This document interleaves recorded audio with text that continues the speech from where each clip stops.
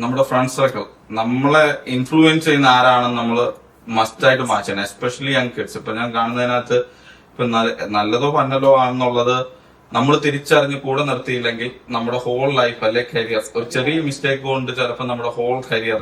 ഇപ്പം ആക്ച്വലി നമുക്ക് America wide ആയിട്ട് almost 180 Malayalis different law enforcement ഡിപ്പാർട്ട്മെന്റ്സിലുണ്ട്. അതിപ്പം നമുക്ക് ആൾക്കാർക്ക് അറിയാൻ വയ്യ.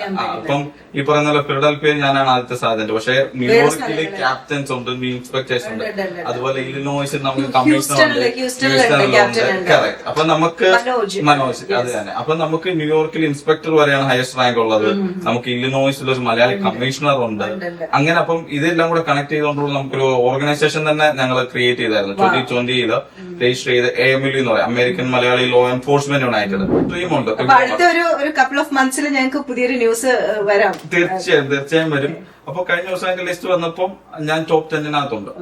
ന്യൂസ് ബ്രേക്കിംഗ് ഞാൻ വെളിയിൽ പറഞ്ഞില്ല, പക്ഷെ ഫാമിലീസിന് അറിയാം.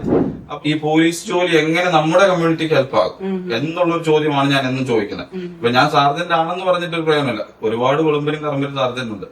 എന്ത് പ്രയോജനം മലയാളി കിട്ടുന്നു? നമ്മളൊരാളാകുമ്പോഴാണ് നമുക്കുള്ള മോനെ എന്ത് പറ്റിയത് എങ്ങനെയാണ് ചോദിക്കാൻ അവർക്ക് ഒരു ധൈര്യം. We listen, we learn, we connect, where every story matters. Welcome to Beyond Borders with Meera Shankar. Unbounded dreams, untold stories. This is Meera Shankar and you are listening to Beyond Borders. പോഡ്കാസ്റ്റിലേക്ക് എല്ലാവർക്കും സ്വാഗതം.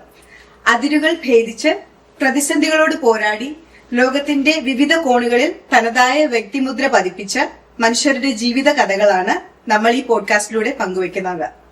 ഇന്ന് നമ്മോടൊപ്പമുള്ളത് തികച്ചും വ്യത്യസ്തമായ പാതയിലൂടെ സഞ്ചരിച്ച് ചരിത്രം കുറിച്ച ഒരു വ്യക്തിയാണ്. അമേരിക്കൻ മണ്ണിലെ ജീവിത സാഹചര്യങ്ങളോട് പൊരുതി ഇന്ന് ഫിലഡൽഫിയയിലെ പോലീസ് ഡിപ്പാർട്ട്മെന്റിലെ ആദ്യത്തെ സൗത്ത് ഇന്ത്യൻ സർജന്റായി സേവനം അനുഷ്ഠിക്കുന്ന നമ്മുടെ പ്രിയപ്പെട്ട മലയാളി ഓഫീസർ സർജൻ ബ്ലസൻ മാത്യു.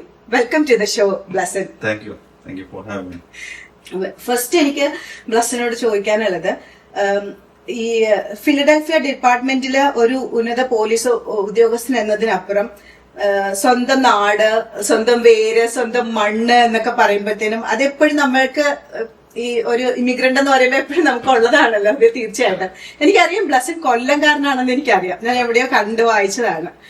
ബ്ലസൻ തന്നെ പറയൂ, ബ്ലസിന്റെ നാട് എവിടെയാണ്, ബ്ലസിന്റെ വീട് എവിടെയാണ്, അച്ഛൻ, അമ്മ, ഫാമിലി, ബ്ലസൻ എവിടെയാണ് പഠിച്ചത്, എങ്ങനെയായിരുന്നു ബ്ലസിന്റെ അമേരിക്കയിലേക്കുള്ള വരവ്, ചെറുതായിട്ട് അതിനെ കുറിച്ചൊന്ന് പറയൂ. തീർച്ചയായും.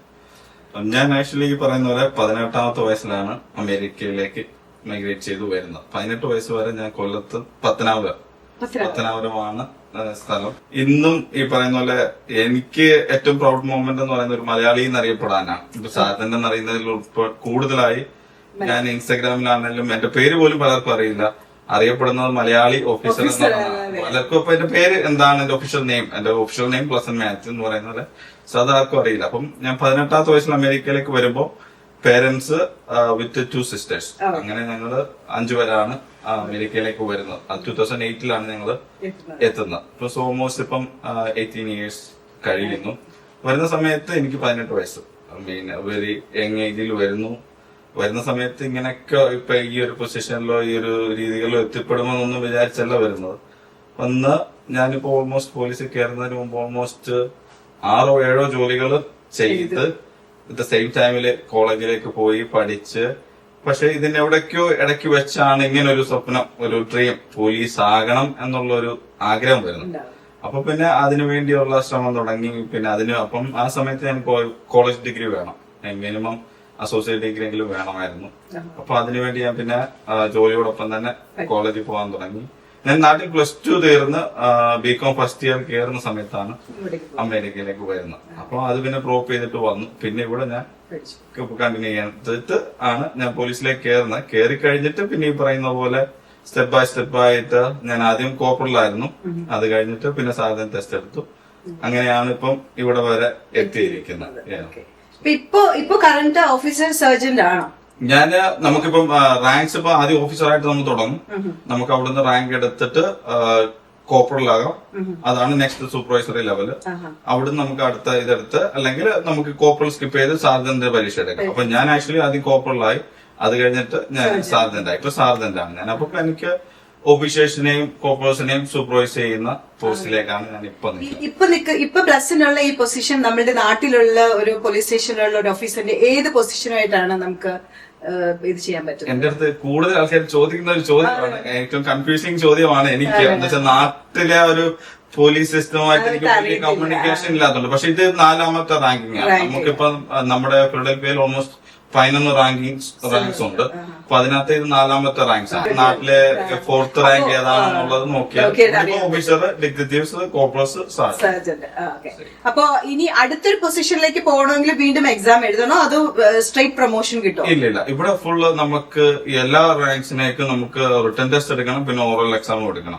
എന്നിട്ട് റാങ്ക് ലിസ്റ്റ് വന്നിട്ട് ഈ നമ്മുടെ നാട്ടിലെ ഇത് PC ടെസ്റ്റ് എടുക്കുന്ന പറഞ്ഞ പോലെ ടെസ്റ്റ് എടുത്ത് സിവിൽ സർവീസ് എക്സാം പോലെ എടുത്തിട്ട് റാങ്ക് ലിസ്റ്റ് കിട്ടി അതിനകത്ത് നമ്മൾ എലിജിബിൾ ആണെങ്കിൽ മാത്രമേ അവർ പ്രൊമോട്ട് ചെയ്യാം. അപ്പൊ അടുത്തതിനും സെയിം എക്സാം എടുത്ത് ഇത് ചെയ്യണം. ബ്ലസൻ ഇപ്പൊ പറഞ്ഞു എക്സാം എഴുതണം, ഓറൽ ടെസ്റ്റ് എടുക്കണം എന്നൊക്കെ പറഞ്ഞു. അപ്പൊ എനിക്കൊരു പെട്ടെന്നൊരു ചോദ്യം വന്നതാണ്. ഈ നമ്മള് ഒരു ഇമിഗ്രന്റ് ആയിട്ട് അമേരിക്കയിലേക്ക് നമ്മൾ എത്തുമ്പോ നമ്മൾ ആദ്യമായിട്ട് നമുക്ക് ഉണ്ടാകുന്നത് ഒരു കൾച്ചറൽ ഷോക്ക് ഉണ്ട് ഫസ്റ്റ്, പിന്നെ നമ്മുടെ കമ്മ്യൂണിക്കേഷൻ ഷോക്ക്. ബ്ലസൻ 18 വയസ്സിൽ ഇങ്ങോട്ടേക്ക് വരുമ്പോഴാ ഈ ഉണ്ടായിട്ടുള്ള ഒരു ചാലഞ്ചസ് ഉണ്ടാവുമല്ലോ, ഈ ഒരു ഇതിലും നമുക്കുണ്ടാകുന്ന ഒരു ചാലഞ്ചസ്, ആ ഒരു പിന്നെ ഒരു സ്റ്റാർട്ടിങ് സ്റ്റേജിൽ അതെങ്ങനെയായിരുന്നു, എങ്ങനെയായിരുന്നു അത് ഓവർകം ചെയ്തത്? തുടക്കത്തിൽ ഈ പറയുന്ന വെരി ഡിഫിക്കൽട്ട് ആയിരുന്നു. ഇപ്പം എന്നെ സംബന്ധിച്ച് ഓപ്പണായി പറയുമ്പം ഇംഗ്ലീഷ് എന്ന് പറയുന്ന നാട്ടില് നമ്മുടെ സെക്കൻഡ് ലാംഗ്വേജ് ആണ്. അത് കഷ്ടി മാർക്കിനൊക്കെയാണ് നമ്മൾ പാസ്സായിക്കൊണ്ടിരുന്നത് ആ സമയത്ത്. അപ്പം ചില സമയങ്ങളിലൊക്കെ ഞാനൊക്കെ തമാശ പറഞ്ഞ് ഫ്രണ്ട്സുമായിട്ട് നമ്മള് ക്വസ്റ്റ്യൻ തന്നെ തിരിച്ച് എഴുതി വെച്ചിട്ടാണ്. ഞാൻ ഇതിലിപ്പോ ഞാനൊരു തമാശ പറയാം. ഒരു ഇംഗ്ലീഷ് എക്സാമിന് ഞാൻ പറയുന്നില്ല, ആരാന്ന് ഞാൻ പറയുന്നില്ല, എന്റെ ഫാമിലിയിലെ ഒരാള് എക്സാമിന് ക്വസ്റ്റ്യൻ വന്നു ഇംഗ്ലീഷിന്, ആൻസർ എന്താ എഴുതിയെന്നറിയാമോ? ചിക്കുപുക്ക് റെയിലേ എന്നുള്ള പാട്ട് മൊത്തം എഴുതി വെച്ചു. അപ്പൊ അതുപോലെയാ. അതാണ്. അപ്പൊ ആ സമയങ്ങളിൽ നമുക്ക് ഇത്രയും ഒരു ഇമ്പോർട്ടൻസ് ലാംഗ്വേജസിന്, അപ്പൊ ഹിന്ദി ഉണ്ട്, ഇംഗ്ലീഷ് ഉണ്ട്, ഇതൊന്നും നമ്മൾ അത്രയും കെയർ ചെയ്യുന്നില്ല. നമ്മൾ ജസ്റ്റ് പഠിച്ചു വരുന്നു എന്നുള്ളതുകൊണ്ട് വന്ന സമയത്ത് ലാംഗ്വേജ് ഒരു ഭയങ്കര ഒരു നമുക്ക് ഡിഫിക്കൽട്ടീസ് എനിക്ക് ആ സമയങ്ങളിൽ തോന്നിയിരുന്നു. പക്ഷെ ഞാൻ കണ്ടൊരു ഗുണം ആ സമയങ്ങളിലത്തെ പോലും 18ാമത്തെ വയസ്സ് വരുന്നത് കൊണ്ട് തന്നെ നമ്മള് ജീവിക്കണം, ഇവിടെ വരുന്ന ഉടനെ തന്നെ ജോലിക്ക് കയറണം, ഫാമിലി, ആ റെസ്പോൺസിബിലിറ്റീസ് ഉള്ളത് കൊണ്ട് തന്നെ പെട്ടെന്ന് തന്നെ ഞാൻ ജോലി കയറിയായിരുന്നു ചെയ്തത്. വന്നു വിത്തിൻ 1 മന്തിനുള്ളിൽ ഞാൻ ജോലിക്ക് കയറിയപ്പോ ഇവിടത്തെ ഞാൻ സോഫാർ കണ്ട ഒരു ഗുണം എന്ന് പറയുന്നത് എല്ലാ രാജ്യത്തു നിന്നുള്ള ആൾക്കാരുള്ളത് കൊണ്ട് തന്നെ നമ്മളെക്കാൾ വേഴ്സായിട്ട് സംസാരിക്കുന്നവരും നമ്മുടെ കൂടെ തന്നെ കാണും. അപ്പൊ ഞാൻ ഒരിടത്ത് ആദ്യമായിട്ടൊരു ഫാർമസി ഒരു ഓൾമോസ്റ്റ് 1 ഇയർ കഴിഞ്ഞതിന് ശേഷം ഞാനൊരു ഫാർമസി ടെക്കായിട്ട് ഒരു കമ്പനി ജോലിക്ക് വന്നപ്പം അവിടെ എന്നെ ഇന്റർവ്യൂ ചെയ്യുന്ന വ്യക്തി ഒരു ചൈനീസ് ലേഡി ആയിരുന്നു.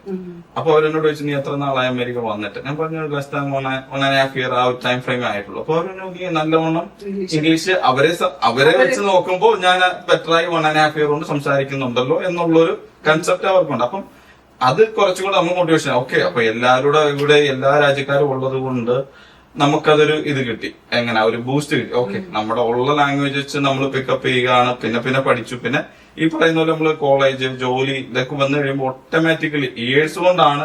ഇപ്പൊ പലരും പറയും നീ സംസാരിക്കുന്ന പോലെ നമുക്ക് മനസ്സിലാവുന്നില്ല, എന്ത് ഇംഗ്ലീഷാണ് ഈ പറയുന്നത് എന്നുള്ളത്. ചില നമുക്ക് ഫോണിലൊക്കെയാണ് നാട്ടിലൊക്കെ ആണെങ്കിൽ ആൾക്കാർക്ക് മനസ്സിലാവുന്നില്ല. അത് ഓട്ടോമാറ്റിക്കലി നമ്മൾ പിക്ക് ചെയ്യുന്നതാണ്. ആ ഒരു പ്രാക്ടീസ് സംസാരിച്ച് ഇപ്പൊ നമ്മൾ റേഡിയോ കമ്മ്യൂണിക്കേഷൻ നടത്തണം. പോലീസിലെ ലാംഗ്വേജ് എന്ന് പറയുന്നത് വെരി ഇമ്പോർട്ടന്റ്. എന്താ വെച്ചാൽ ഇപ്പൊ ആകെയുള്ള ഒരു കമ്മ്യൂണിക്കേഷൻ ഇംഗ്ലീഷാണ്. ഏത് രാജ്യക്കാരായാലും നമ്മൾ ഇംഗ്ലീഷിലെ കമ്മ്യൂണിക്കേറ്റ് ചെയ്യാൻ പറ്റും. അപ്പൊ അങ്ങനെ വരുമ്പോൾ ഓട്ടോമാറ്റിക്കലി തുടക്കത്തിൽ നല്ല ഡിഫിക്കൽട്ടീസ്, ഇപ്പൊ പറഞ്ഞ കൾച്ചറിന്റെ ഷോക്ക് ഉണ്ട്. ഒരു പുതിയ രാജ്യത്ത് വന്ന് നിൽക്കുന്നു, എന്ത് എവിടെ എങ്ങനെ എന്നൊക്കെ ഉള്ള നമ്മളൊരു 18 കൊല്ലം മുമ്പും കൂടെ ആകുമ്പോഴത്തേക്ക് നമുക്ക് അധികം ഇത്രമാത്രം ടെക്നോളജി ഇല്ല. അല്ലെങ്കിൽ ഇപ്പം ഗൂഗിളെങ്കിലും ഇടാം, അല്ലെങ്കിൽ പണ്ടൊക്കെ കൊച്ചു GPS സിസ്റ്റം വെച്ചിട്ടാണ് വണ്ടി ഓടിച്ചു പോകുന്നത്. ഇപ്പം ഫോണ് അധികം ആക്സസബിൾ അല്ലായിരുന്നു, ഇന്റർനെറ്റ്. അപ്പം അവിടുന്ന് ഗ്രാജുവലി സ്റ്റെപ്പ് ബൈ സ്റ്റെപ്പ് ആയിട്ട് പറ്റുന്ന ഓരോ സ്റ്റെപ്പുകൾ കയറിയാണ് ഇവിടെ വരെ എത്തിയത്. ഹ്യൂജ് ഡിഫറൻസ് ആണ് ഈ ടൈമിലേക്കും. പക്ഷെ we so proud of you. Like Malayali എന്നുള്ള രീതിയിൽ ഞങ്ങൾ എല്ലാവരും ഭയങ്കര പ്രൗഡാണ്. കാരണം ഇങ്ങനെ ഒരു പൊസിഷനിലേക്ക് ആ ഒരു ഒരു ഡ്രീം കം ട്രൂ ഒരു മാനിഫെസ്റ്റ് ചെയ്തിട്ട് അവിടേക്ക് എത്താൻ വേണ്ടി ഇത്രയധികം എഫേർട്ട് എടുത്തെന്നുള്ളത് അത് ഭയങ്കര, ഞങ്ങൾ എല്ലാവരും പ്രൗഡ് തന്നെയാണ് അത്. സാധാരണയായിട്ട് നമ്മൾ ഈ ഒരു ബ്ലസൻ പറഞ്ഞു വേറെ പല ജോലികൾ ചെയ്തിട്ടുണ്ടെന്ന് പറഞ്ഞു, ഒരുപാട് ജോലികൾ ചെയ്തിട്ടുണ്ടെന്ന്. ആ ജോലികളൊക്കെ ചെയ്യുമ്പോഴത്തേനും ഇപ്പൊ എത്തിയിരിക്കുന്ന ഈ കരിയറിൽ എങ്ങനെയാണ് ആ ഒരു ജോലിയും അല്ലെങ്കിൽ അന്നത്തെ ആ ജീവിതങ്ങളും ഒക്കെ റൈറ്റ് നൗ ബ്ലസൻ ചെയ്യുന്ന ജോലിന് ആ കരിയറൊക്കെ എങ്ങനെയാണ് അതിനെ ഹെൽപ്പ് ചെയ്തത്? തീർച്ചയായും ഞാനപ്പം എപ്പോഴും ഞാൻ എന്റെ അതെല്ലാം ഞാൻ പ്രൗഡായിട്ട് തന്നെ കരുതുന്ന സമയങ്ങളാണ്. കാരണം 18ാമത്തെ വയസ്സ് വന്ന സമയത്ത് പറഞ്ഞ പോലെ പേരൻസ് 2 സിസ്റ്റേഴ്സ് അവരെന്നെക്കാൾ ഇളയതാണ്. അപ്പൊ ഞാൻ ആ സമയം മുതലേ ആദ്യം മെയിലിംഗ് കമ്പനിയിൽ പോയി, അവിടുന്ന് ഞാൻ ക്യാഷറിൽ നിന്ന് ഞാൻ ലോണ്ട്രോമാറ്റ് ജോലി ചെയ്തു. ലോണ്ട്രോമാറ്റ് വന്നു ഞാൻ ഫാർമസി ടെക്കായി, ഫാർമസി ടെക്കിൽ നിന്ന് ഡേറ്റ എൻട്രി ടെക്കായി, ഡേറ്റ എൻട്രി ടെക്കിൽ നിന്ന് ഞാൻ കറക്ഷൻസിൽ പോയി, കറക്ഷൻസിൽ നിന്നാണ് ഞാൻ പോലീസിൽ വരുന്നത്. പോലീസ് കഴിഞ്ഞ് പിന്നെ ഞാൻ ഈ 3 റാങ്ക്സ് എടുക്കുന്നത്. അപ്പൊ അങ്ങനെ പറയുമ്പോഴത്തേക്ക് ഓൾമോസ്റ്റ് 5-7 ജോലിയോളം ഞാൻ ചെയ്ത് കഴിഞ്ഞു. ആ ചെയ്ത ജോലികൾക്കെല്ലാം ഈ പറയുന്ന പോലെ നമ്മളെ ഓരോ പാഠങ്ങൾ പഠിപ്പിക്കുകയും ചെയ്യുന്ന ജോലി നമ്മൾ 110% ആത്മാർത്ഥതയോടെ ചെയ്യുന്നത്. അപ്പൊ ഞാൻ ഈ പറയുന്ന പോലെ ലോണ്ടറി മാറ്റ് ജോലി ചെയ്യുന്ന സമയത്ത് അവിടെ തുണികളൊക്കെയാണ് നമുക്കപ്പോ ആ സമയത്ത് അതാണ് എനിക്കന്ന് 18-20 വയസ്സേ ഉള്ളൂ. മറ്റു ജോലികൾ കിട്ടാൻ പാടുണ്ട്, സ്കൂളിൽ പോകണം, അഥവാ എന്റെ ടൈമിനനുസരിച്ച് വേറെ ജോലി കിട്ടാനില്ല. അപ്പൊ ആ സമയത്ത് അവര് നമ്മളെ ഹെൽപ്പ് ചെയ്യുന്നു, നമ്മൾ അവരെ ഹെൽപ്പ് ചെയ്യുന്നു. ആ സമയത്ത് അത് ഞാൻ വളരെ ഹാപ്പി ആയിട്ട് ചെയ്തു. ഇന്നും എനിക്ക് അതിനകത്ത് അത് പ്രൗഡ് മൊമെന്റ് ആയിട്ട് തന്നെയാണ് ഞാൻ കരുതുന്നത്. ആ ഒരു ജോലി എക്സ്പീരിയൻസ് എങ്ങനെ ഹെൽപ്പ് ചെയ്തു, ഒരുപാട് ഹെൽപ്പ് ചെയ്തു. ഈ പറയുന്ന പോലെ ഞാൻ പറയുന്ന ഒരു കാര്യമുണ്ട്, ഞാൻ ക്യാഷറായിട്ട് ജോലി ചെയ്ത ഒരു 7 Brothers എന്ന് പറയുന്ന ഒരു കടയുണ്ട്. ക്യാഷറായിട്ട് ഓൾമോസ്റ്റ് രാത്രി ജോലി ചെയ്ത് നടന്ന് ബസ് കയറിയൊക്കെ പോയൊരു ഓർമ്മ എനിക്കുണ്ട്. വർഷങ്ങൾക്ക് ശേഷം ഇത് കഴിഞ്ഞതിന് മുമ്പിലത്തെ കൊല്ലം ഞാൻ തിരിച്ച് അവിടെ പോലീസ് സാർജന്റ് ആയിട്ട് ആ കട ഇരിക്കുന്ന സ്ഥലത്ത് പോലീസ് സാർജന്റ് ആയിട്ട് പോലീസ് വണ്ടിയിൽ ചെന്ന് ആ കടയ്ക്കകത്ത് കയറിയപ്പോ ഉണ്ടായ ഒരു എനിക്ക് തന്നെ അത് തന്നെ ഞാൻ ആ കടയിലോ ക്യാഷറായിട്ട് ജോലി ചെയ്ത വ്യക്തിയാണ്.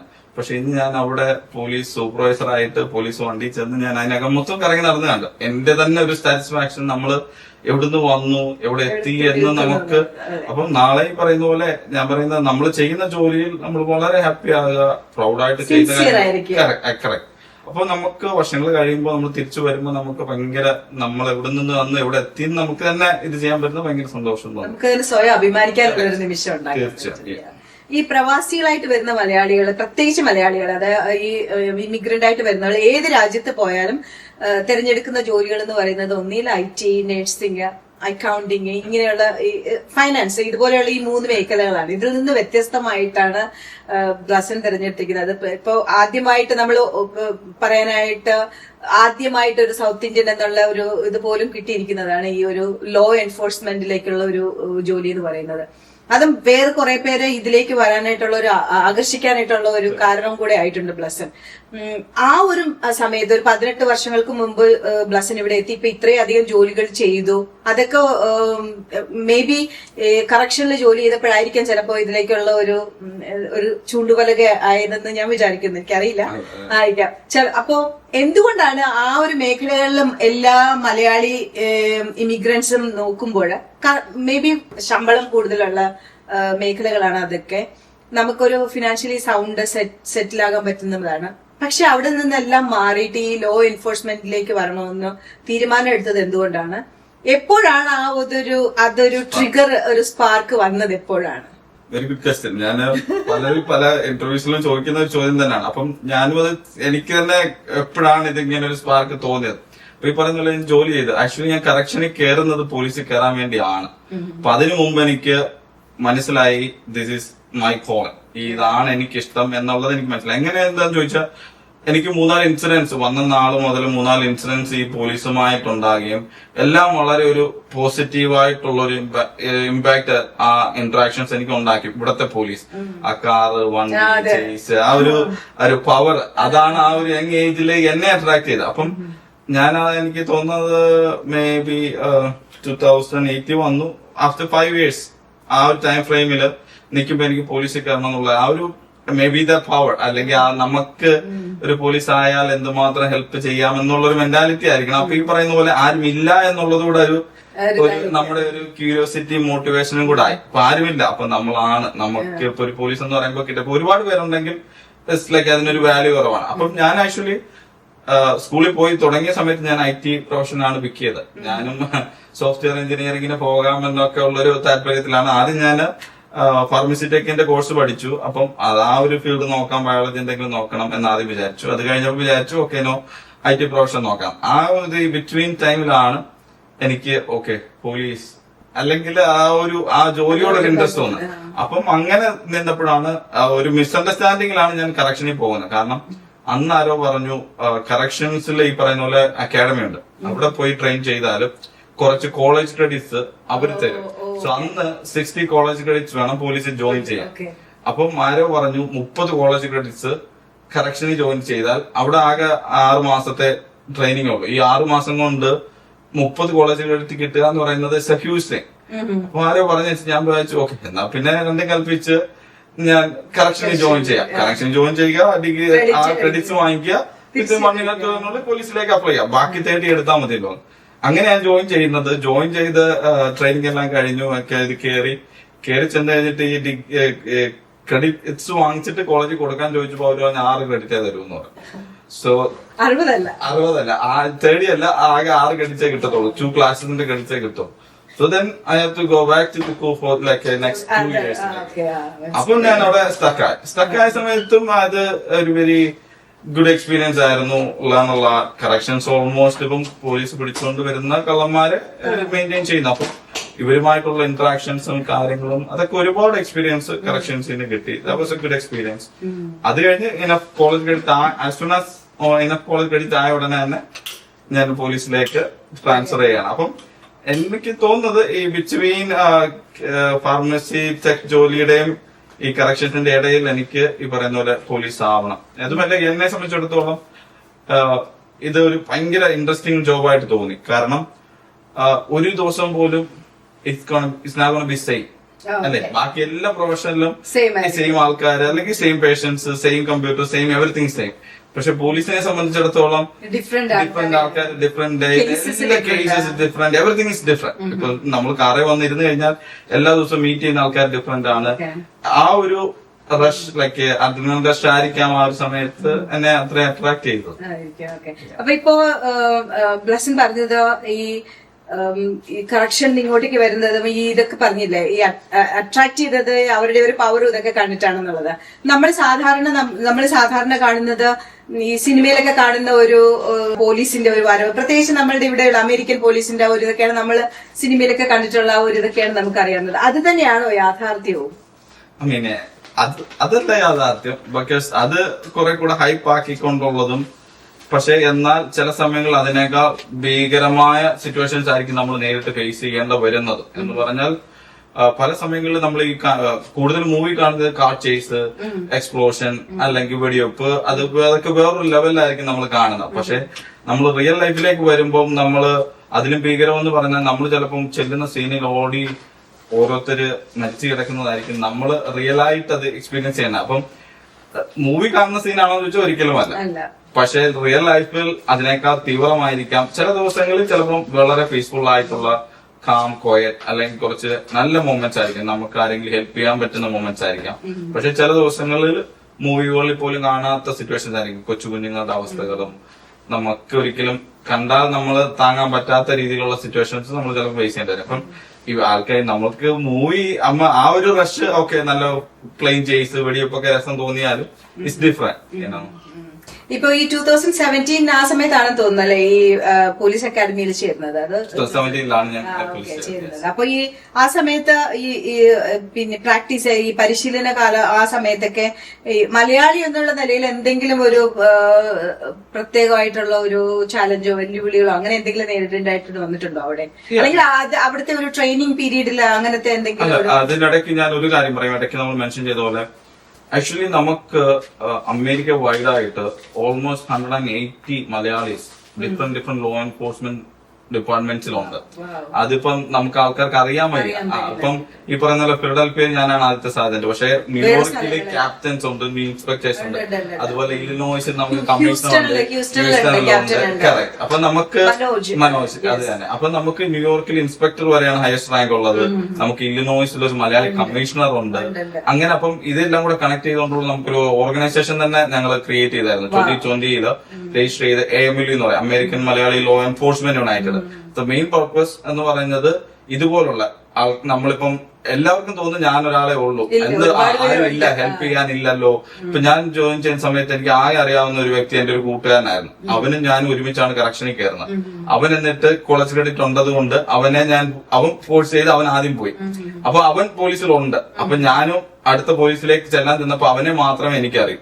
അന്ന് ഞങ്ങൾ രണ്ടുപേരുടെയും ചിന്ത അമേരിക്ക മൊത്തം ഞങ്ങൾ 2 മലയാളികളെ പോലീസുള്ളൂ എന്ന് വെച്ചാൽ വേറെ ആരോട് ഹെൽപ്പ് ചോദിക്കാനില്ല, എന്തായിത്തീരുമെന്ന് അറിയില്ല, ആരും ഇല്ല എന്നുള്ള ചിന്തയാണ്. പക്ഷെ ആ സമയത്ത് 2020 എല്ലാം കഴിഞ്ഞു 3-4 കൊല്ലത്തിനുള്ളിലാണ് ന്യൂയോർക്കിൽ നിന്ന് കോള് വരുന്നത്.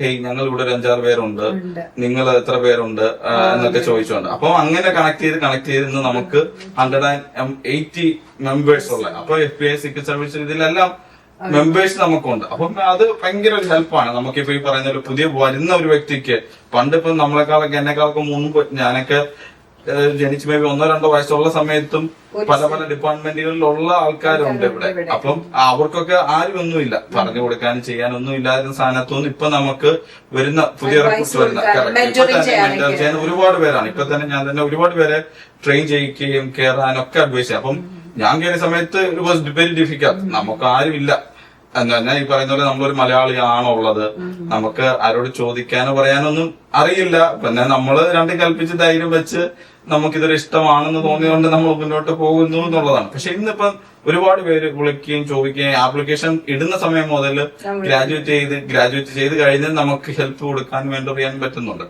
സോ അതൊരു വലിയ ചേഞ്ച് ആണ്, ഹ്യൂജ് ചേഞ്ച് ആണ്. അപ്പൊ പഴയ കാലങ്ങളിലൊക്കെ അത് ഭയങ്കരമായി നമ്മൾ മലയാളികൾ ഫൈറ്റ് ചെയ്ത് തന്നെയാണ് ഈ ഒരു പ്രൊഫഷനിൽ നിന്നത് തുടക്കത്തില്.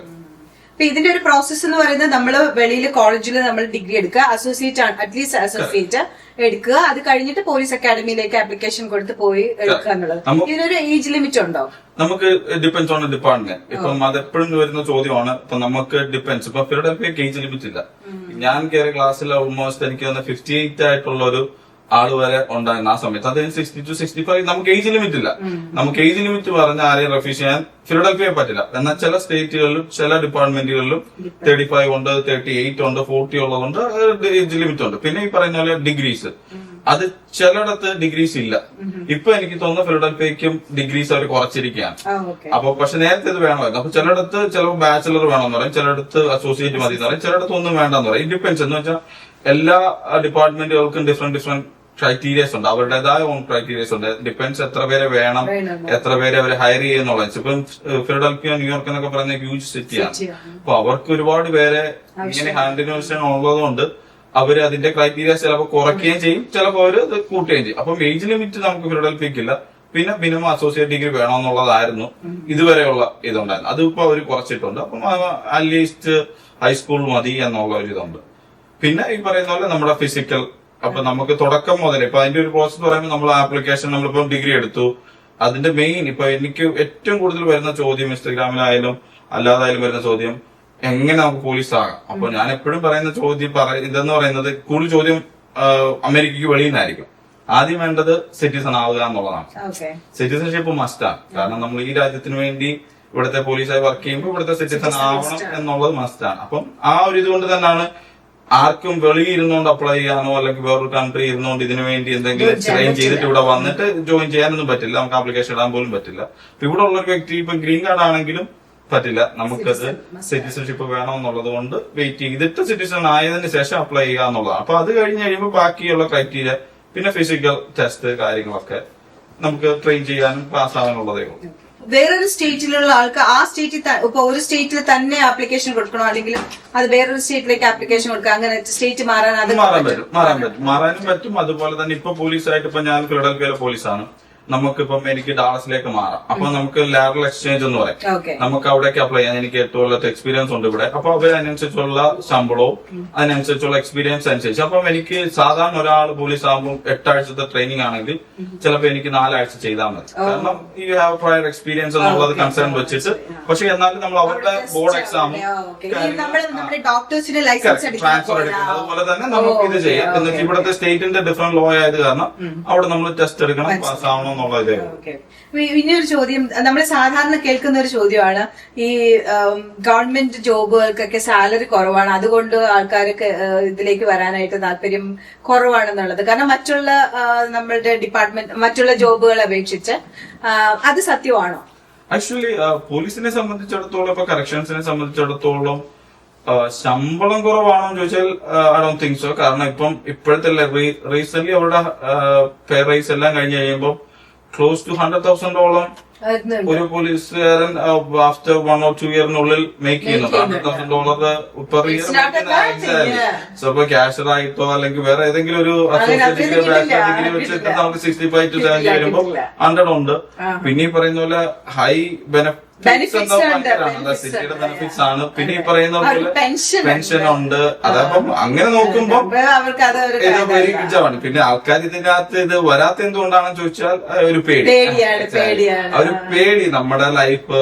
പിന്നെ ഫാമിലി, ഇപ്പൊ പിള്ളേർക്കൊക്കെ ഒരുപാട് ആഗ്രഹമുള്ള പിള്ളേരുണ്ട്, ഒരുപാട് താല്പര്യമുള്ളവരൊക്കെ ഒരുപാട് പേരൻസ് ഒക്കെ ഇല്ലെങ്കിൽ പോലീസ് അത്രയും വേണോ, പ്രത്യേകിച്ച് ഇപ്പോഴത്തെ കുറെ കാര്യങ്ങളൊക്കെ കേൾക്കുമ്പോഴത്തേനും നമുക്ക് ആ ഒരു റിസ്ക് ഫീൽ ചെയ്യുന്നത് കൊണ്ടാണ്. പിന്നെ ഒരു കാര്യം എനിക്ക് ചോദിക്കാനുള്ളത്, നമ്മൾ ഈ പോലീസ് വെഹിക്കിൾസ് മറ്റു വെഹിക്കിളിനെ പുള്ളി ചെയ്തിട്ട് ഇങ്ങനെ ഇത് ചെയ്യുമ്പോഴത്തേനും നമ്മൾ ഈ റീസെന്റ് ആയിട്ട് കുറെ സോഷ്യൽ മീഡിയയിലൊക്കെ നമ്മളിങ്ങനെ കുറെ കാര്യങ്ങളൊക്കെ കാണുന്നുണ്ട്. അപ്പൊ അതില് എത്രത്തോളം അത് ഈ സോഷ്യൽ മീഡിയയിൽ കാണുന്നത്, ഇപ്പൊ പോലീസ് ഡിപ്പാർട്ട്മെന്റിന്റെ തന്നെ വീഡിയോസ് കാണുന്നുണ്ട് നമ്മളത്.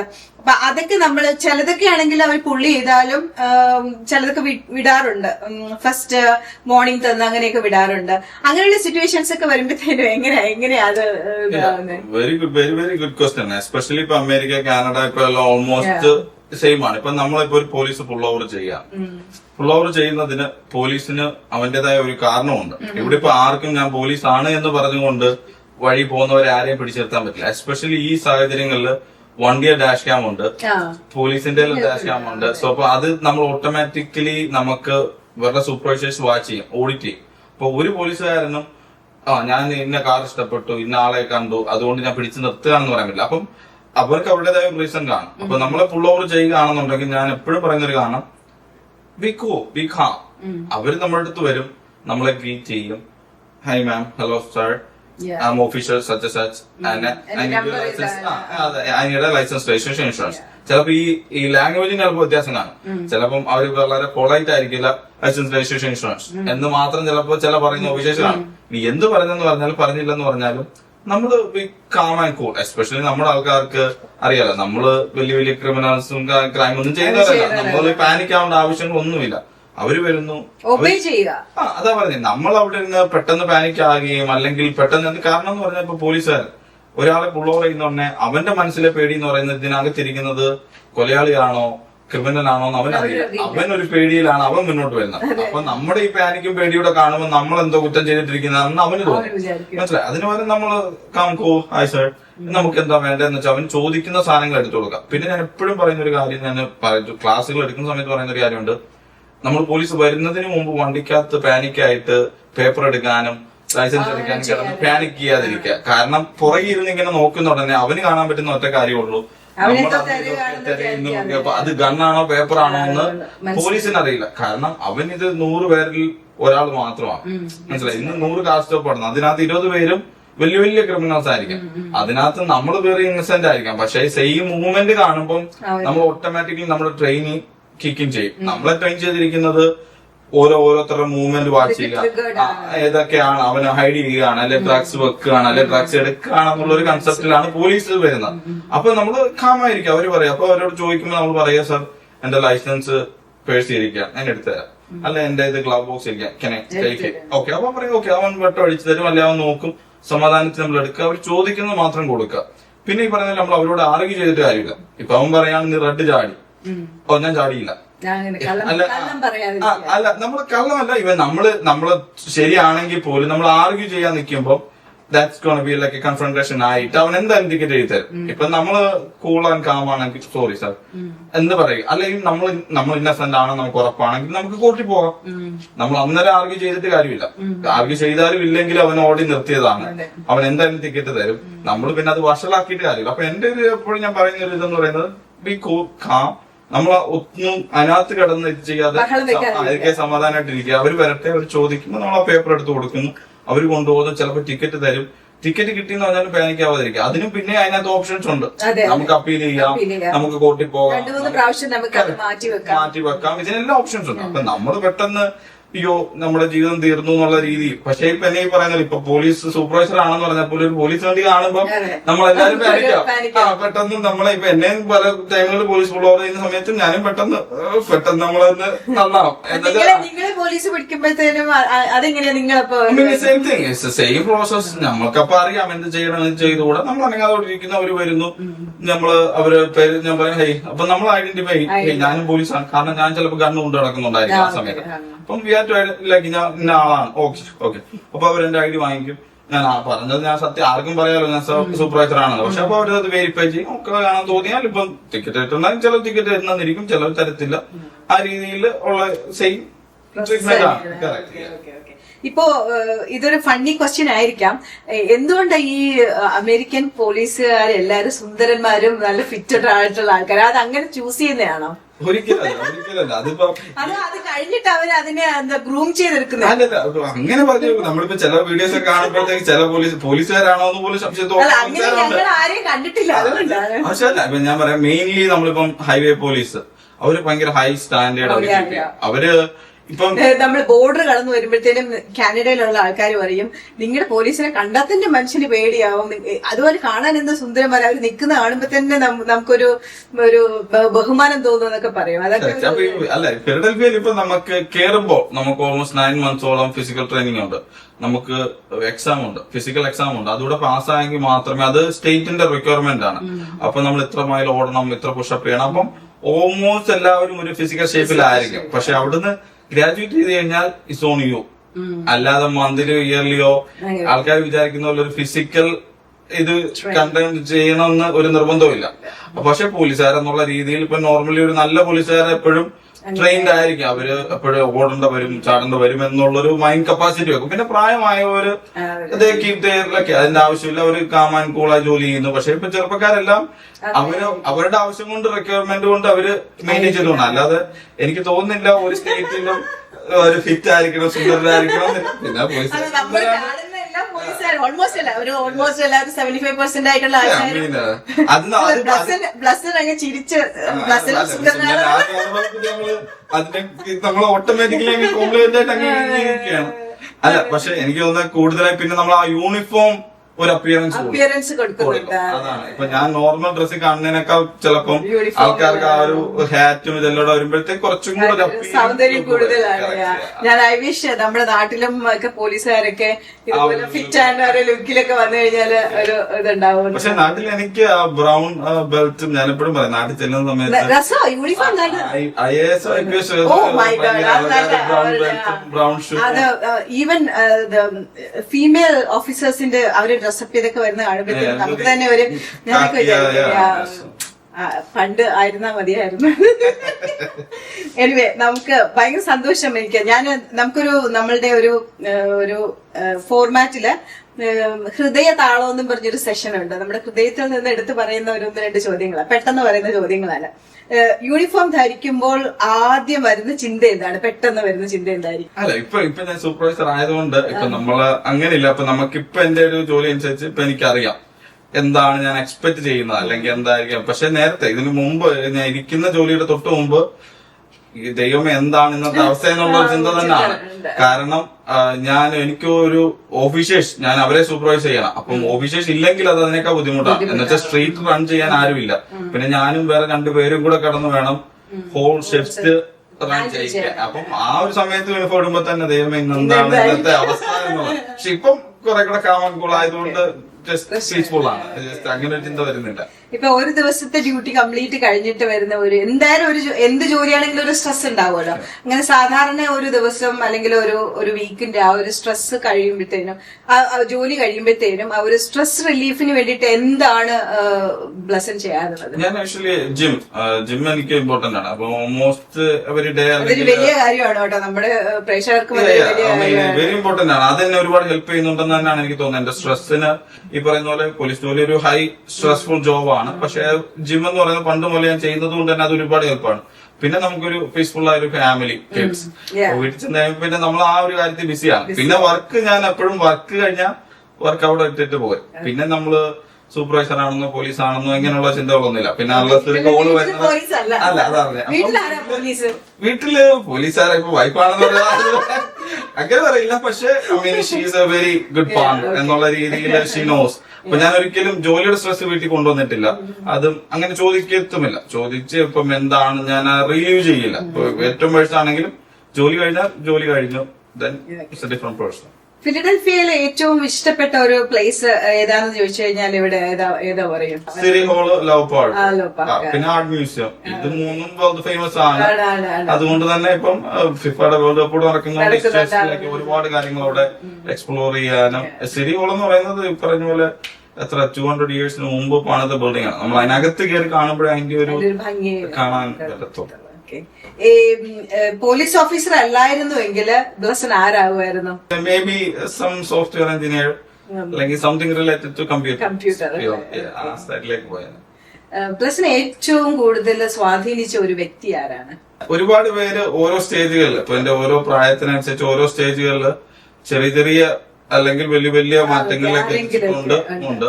പിന്നെ ഈ പറയുന്ന പോലെ തുടക്കം മുതൽ എസ്പെഷ്യലി പോലീസ് എന്നുള്ള ഒരു കൺസെപ്റ്റ് വന്ന സമയം മുതലേ കൂടെ നിൽക്കുന്നത് വൈഫാണ്.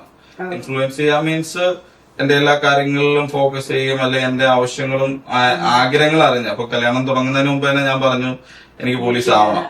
അപ്പം അത് കേൾക്കുമ്പോ അത് കേൾക്കുമ്പോ ചിലവർ പറയും യോ റിസ്ക് ആണ്, ആ ഒരു പരിപാടി വേണ്ടാന്ന് തീരുമാനിച്ചു. അതാ പക്ഷെ അങ്ങനെ അപ്പം ഇൻഫ്ലുവൻസ് പിന്നെ ഈ പറയുന്ന പോലെ പോലീസിൽ തന്നെ ഷിബുജാനുണ്ട്. നമ്മൾ മെന്റേഴ്സ് ആയിട്ട് കാണുന്ന ഒരുപാട് പേരുണ്ട്. അപ്പൊ അവരുടെ ഒരു ലെവലിൽ എത്തിപ്പെടണം. അപ്പൊ അവര് ഇപ്പം ഒരുപാട് നമുക്ക് സപ്പോർട്ട് ചെയ്യുന്ന ഒരുപാട് പേര് ഇപ്പൊ ഉണ്ട്. അപ്പൊ പല സ്റ്റേജുകളിൽ പല പല ആൾക്കാരായിട്ട് ഒത്തിരി പേരുണ്ട്. ഞാൻ ഇതൊന്ന് വായിക്കാം. അതായത് ബ്ലസന്റെ തന്നെ ഒരു വാക്കാണ്. If he can do it I can do it എന്ന് എപ്പോഴും ബ്ലസൻ ഇങ്ങനെ പറയുന്ന ഒരു വാക്കാണ്. അമേരിക്കൻ സ്വപ്നങ്ങളുമായിട്ട് ഇവിടേക്ക് വരികയും എന്നാൽ പ്രതിസന്ധികളിലൊക്കെ തളർന്നു പോകുന്ന ഒത്തിരി മലയാളികളുണ്ട്. പ്രത്യേകിച്ചും യുവാക്കള്, നമ്മളുടെ യങ്സ്റ്റേഴ്സ്. അവരോട് ബ്ലസൻ എന്താണ് ഒരു സന്ദേശമായിട്ട് നൽകാനുള്ളത്? ബ്ലസൻ, ഞാൻ എപ്പോഴും പറയുന്നത് നമ്മുടെ ഫ്രണ്ട് സർക്കിൾ നമ്മളെ ഇൻഫ്ലുവൻസ് ചെയ്യുന്ന ആരാണെന്ന് നമ്മള് മസ്റ്റായിട്ട് മാറ്റണം. Especially young kids. ഇപ്പൊ ഞാൻ കാണുന്നതിനകത്ത് ഇപ്പൊ നല്ലതോ പന്നലോ ആണെന്നുള്ളത് നമ്മൾ തിരിച്ചറിഞ്ഞ് കൂടെ നിർത്തിയില്ലെങ്കിൽ നമ്മുടെ ഹോൾ ലൈഫ് അല്ലെ കരിയർ, ഒരു ചെറിയ മിസ്റ്റേക്ക് കൊണ്ട് ചിലപ്പോൾ നമ്മുടെ ഹോൾ കരിയർ. ഇപ്പം പോലീസിലേക്ക് റീസെന്റ് വന്ന ഇൻസിഡൻസിനകത്ത് 15-16 കൊല്ലം മുമ്പ് നടന്ന ഒരു ചെറിയ കുട്ടിയായിട്ടിരുന്നപ്പോ നടന്ന മിസ്റ്റേക്ക് കാരണം അവന് പോലീസ് ആകാൻ പറ്റാതായി പോകുന്ന ഒരവസ്ഥ. അപ്പം ഇപ്പൊ യൗവനക്കാരോട് എപ്പോഴും പറയുമ്പോൾ ഞാൻ പറയുന്നത് നിങ്ങൾ വാച്ച് ചെയ്യുക നിങ്ങളുടെ ഫ്രണ്ട് സർക്കിൾ എന്താണ്. ഇപ്പൊ ഈ പറഞ്ഞ ഒരു ബാഡ് ഡിസിഷൻ എടുത്താൽ അത് ഹോൾ ലൈഫിനെ ബാധിക്കും എന്നുള്ളത് മനസ്സിലാക്കുക. പിന്നെ കമ്പാരിസൺ, ഇപ്പൊ തന്നെ ഇൻസ്റ്റാഗ്രാം സോഷ്യൽ മീഡിയ ഉള്ളത് അത് കണ്ടിട്ട് അവരുടെ ലൈഫ് നമ്മുടെ ലൈഫുമായിട്ട് കമ്പാരിസൺ ചെയ്യാതിരിക്കുക. അത് ആ കാണുന്നതല്ല റിയൽ ലൈഫ്. ഇപ്പൊ പോലീസ് ചെയ്തതിലാണെങ്കിൽ പോലും അതല്ല റിയൽ ലൈഫ്. റിയൽ ലൈഫ് എന്ന് പറയുമ്പോ ഇപ്പം എന്നെ കണ്ട് ഇൻസ്പയർ ആയ ഒരുപാട് പേരുണ്ട്. എനിക്കിപ്പോ അത് അനുസരിച്ച് പോലീസ് ആയവരും ഉണ്ട്. ഇപ്പൊ കാനഡയിൽ ആക്ച്വലി ഒരു പോലീസുകാരൻ ജോയിൻ ചെയ്ത പോലീസ് ആവുന്നതിന് മുമ്പ് എന്നെ വിളിച്ചേട്ടാ എനിക്ക് പോലീസ് ആകാൻ താല്പര്യമുണ്ടെന്നൊക്കെ പറഞ്ഞ് സംസാരിച്ച് അവസാനം ഗ്രാജുവേറ്റ് ചെയ്യുന്ന സമയത്ത് എന്നെ വിളിച്ചിട്ട് പറഞ്ഞു ചേട്ടന്റെ ഇത് കണ്ടിട്ടാണ് ഞാൻ പോലീസ് ആവാൻ. അത് കേട്ടപ്പോ ഭയങ്കര മനസ്സിലായി. അപ്പൊ എനിക്ക് ഭയങ്കര സന്തോഷം തോന്നി. അപ്പൊ ഞാൻ പറഞ്ഞത് ഈ ഇൻസ്റ്റഗ്രാമിനകത്തൊക്കെ കാണുന്നത് മൊത്തം റിയൽ ആണെന്ന് വിചാരിച്ചിട്ട് കമ്പാരിസൺ നടത്താതെ നമ്മൾ നമ്മുടെ പ്രൊഫഷൻ അല്ലെ നമ്മുടെ പാഷൻ എന്താണ് അതിനുവേണ്ടി ഹാർഡ് വർക്ക് ചെയ്യുക. ഇതിപ്പോ പോലീസ് ആവണമെന്നില്ല, ഏത് ജോലിയിലും നമുക്ക് എത്തിപ്പെടാൻ പറ്റുന്ന ഒരു ടോപ്പ് ഉണ്ട്. അല്ലെങ്കിൽ നമ്മൾ സത്യസന്ധമായ ജോലി ചെയ്യുക, അത് റെക്കഗ്നൈസ് ചെയ്യപ്പെടും. അത് ഏത് പ്രൊഫഷനിലാണെങ്കിലും അതാ പറഞ്ഞ അത് റെക്കഗ്നൈസ് ചെയ്യപ്പെടും. അപ്പൊ അതിലൂടെ മറ്റുള്ളവരെ ഇൻഫ്ലുവൻസ് ചെയ്യുക, അല്ലെങ്കിൽ ഇൻസ്പയർ ചെയ്യുക. ഇപ്പൊ എന്റെ ഇതെന്ന് പറയുന്നത് നോർമൽ ഇൻഫ്ലുവൻസർ എന്ന് പറയുമ്പോൾ ആൾക്കാർ കുറെ വീഡിയോ ഇടുന്നത് കൊണ്ട് എല്ലാവരും ഇൻഫ്ലുവൻസർ ആണെന്ന് പറയും. പക്ഷെ നമുക്ക് റിയൽ ലൈഫിൽ ഒരാളെ ഇൻഫ്ലുവൻസ് ചെയ്യുക, അദ്ദേഹത്തിന്റെ ആക്ഷൻസിന് മാറ്റം വരുത്താൻ പറ്റുന്ന രീതിയിലേക്ക് നമ്മുടെ ജീവിതം മാറ്റുക. അപ്പൊ എനിക്ക് ചെറുപ്പക്കാരോട് പറയാനുള്ളത് നിങ്ങളുടെ പാഷൻ കണ്ടുപിടിച്ചിട്ട് അത് എന്തും ആയിക്കോട്ടെ, പോലീസ് ആവണമെന്ന് ഞാൻ പറയില്ല, എല്ലാവരും പോലീസ് ആവാനോ ഏത് പ്രൊഫഷൻ ആയാലും അതിനകത്ത് എന്ത് നമുക്ക് വ്യത്യാസം വരുത്താൻ പറ്റും, അല്ലെ എങ്ങനെ ആ ജോലി നമുക്ക് നമ്മുടെ കമ്മ്യൂണിറ്റിയിലേക്ക് കൊണ്ടുവരാൻ പറ്റും, അല്ലെങ്കിൽ അത് കാരണം മറ്റൊരാൾക്ക് എങ്ങനെ ഹെൽപ്പ് ആകും എന്ന് നോക്കുക. അത് അവരെ ഹെൽപ്പ് ചെയ്യും, നമ്മളെ ഹെൽപ്പ് ചെയ്യും എന്നുള്ളതാണ് നമ്മുടെ ഡ്രീം. അത് റിയാലിറ്റിയിലേക്ക് കൊണ്ടുവരാൻ പറ്റും.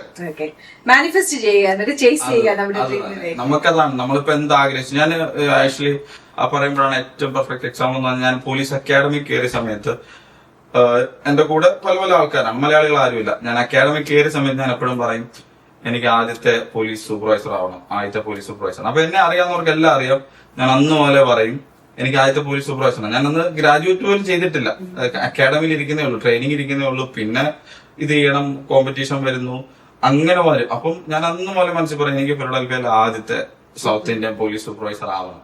അപ്പൊ അതിനുള്ള ഓപ്പർച്യൂണിറ്റി വെച്ച് പരീക്ഷ എടുത്തു. അപ്പൊ അന്നെല്ലാം കംഫർട്ടബിൾ ജോലി നിൽക്കുമ്പോൾ ആൾക്കാർ ചോദിക്കും, നീ എന്തിനാ ഇതെല്ലാം കളഞ്ഞിട്ട് അതിനു വേണ്ടി പോയാൽ നീ ഇപ്പൊ നിൽക്കുന്നിടത്തുനിന്ന് മാറ്റും. അപ്പൊ അതെന്തിനാ എടുക്കുന്നതെന്ന് ചോദിക്കും. പക്ഷെ അതെന്റെ ഡ്രീം ആയിരുന്നു, അതാണ് എനിക്ക് വേണ്ടത്. ഇപ്പം അങ്ങനെ പറയുമ്പോൾ ഞാൻ ഇപ്പം ഒരു ബ്രേക്കിംഗ് ന്യൂസ് പോലെ പറയാം, ഈ പറയുന്ന പോലെ അടുത്ത പ്രൊമോഷന്റെയും ഈ പറയുന്ന പോലെ ലുസന്റെ എക്സാമിന്റെ പരീക്ഷ എടുത്ത സമയത്ത് ലൈക്ക് ഇപ്പൊ ഞാൻ വെരി കംഫർട്ടബിൾ പ്ലേസിലാണ് നിൽക്കുന്നത്. ഒരു ഓഫീസ് ജോലിയാണ്, മൺഡേ ടു ഫ്രൈഡേ ആണ്, 8 to 4 ആണ്, ചോദിക്കാൻ പറ്റുന്ന എല്ലാം ഉള്ളൊരു ജോലിയിലാണ് ഞാൻ നിൽക്കുന്നത്. അപ്പം ലുത്തന്റെ പരീക്ഷ വന്ന സമയത്ത് എന്റെ ഡ്രീം എന്ന് പറയുന്നത് എനിക്ക് ആദ്യത്തെ ലുത്തന്റ് ആവണം, ആദ്യത്തെ ക്യാപ്റ്റൻ ആവണം, ആദ്യത്തെ എല്ലാവരും പറയും കമ്മീഷണർ വരെ ആകണം. യെസ്, ഐ മീൻ അതാണ് ദൈവത്തിന്റെ പ്ലാനെങ്കിൽ ഡെഫിനറ്റ്ലി. പക്ഷെ അപ്പൊ എനിക്കൊരു ഡ്രീം ഉണ്ട്. അടുത്ത ഒരു കപ്പിൾ ഓഫ് മന്ത്സിൽ ഞങ്ങൾക്ക് പുതിയൊരു ന്യൂസ് വരാം. തീർച്ചയായും വരും. അപ്പൊ കഴിഞ്ഞ ദിവസം അതിന്റെ ലിസ്റ്റ് വന്നപ്പം ഞാൻ ടോപ്പ് 10-നകത്തുണ്ട്. ഐ മീൻ ന്യൂസ് ബ്രേക്കിംഗ് ഞാൻ വെളി പറഞ്ഞില്ല, പക്ഷെ ഫാമിലീസിന് അറിയാം.